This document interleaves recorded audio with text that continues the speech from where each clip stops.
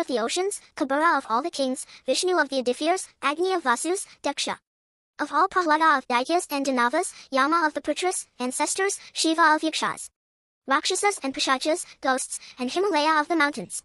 The ocean, Samudra, was made the lord of all rivers.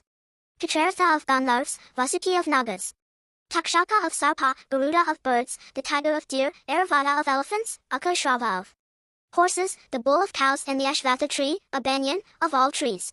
Brahma also appointed 4 overlords, Dikapalas, for the 4 directions. To the east there was Sudangvan, to the south Shankapada, to the west Katumana and to the north Hiraniroma. Prithu was a king who ruled the earth well. During his reign, the earth was laden with food grains. The cows were full of milk and the subjects were happy. To glorify King Prithu, the sages performed a sacrifice, and from this sacrifice there emerged 2 races known as the Sutas and the Magadhas should sing praises in honor of Prithu. But what praise will we sing, asked the Sutas and the Magadhas. Prithu is still young. He has not done much that can be praised. That may be true, replied the sages. But he will do wondrous deeds in the future. Sing praises of those wonderful deeds. We will tell you about them. Having learnt of these future deeds from the sages, the Sutas and the Magadhas began to compose songs and chant praises in honor of Prithu. These stories were related throughout the earth. Some of Prithu's subjects heard these stories and came to see Prithu.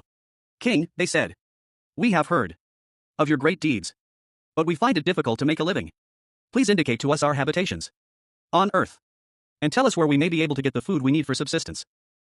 King Prithu picked up his bow and arrow. He decided to kill the earth, since the earth was not yielding food grains to his subjects. The earth adopted the form of a cow and began to flee. But wherever the earth went, Prithu followed with his bow and arrow.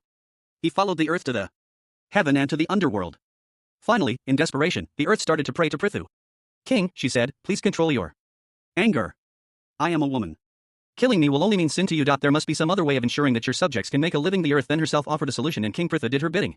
With his bow, he leveled out the earth. The plains could now be used for villages and cities and for agriculture and animal husbandry. The plains could now be used for villages and cities and for agriculture and animal husbandry. The mountains were gathered together in select places, instead of being littered over whole earth. Earlier, Prithu's subjects had lived off fruits and roots. Now Prithu milked the earth, in her form of a cow, and obtained the seeds of food grains on which people could live. Because of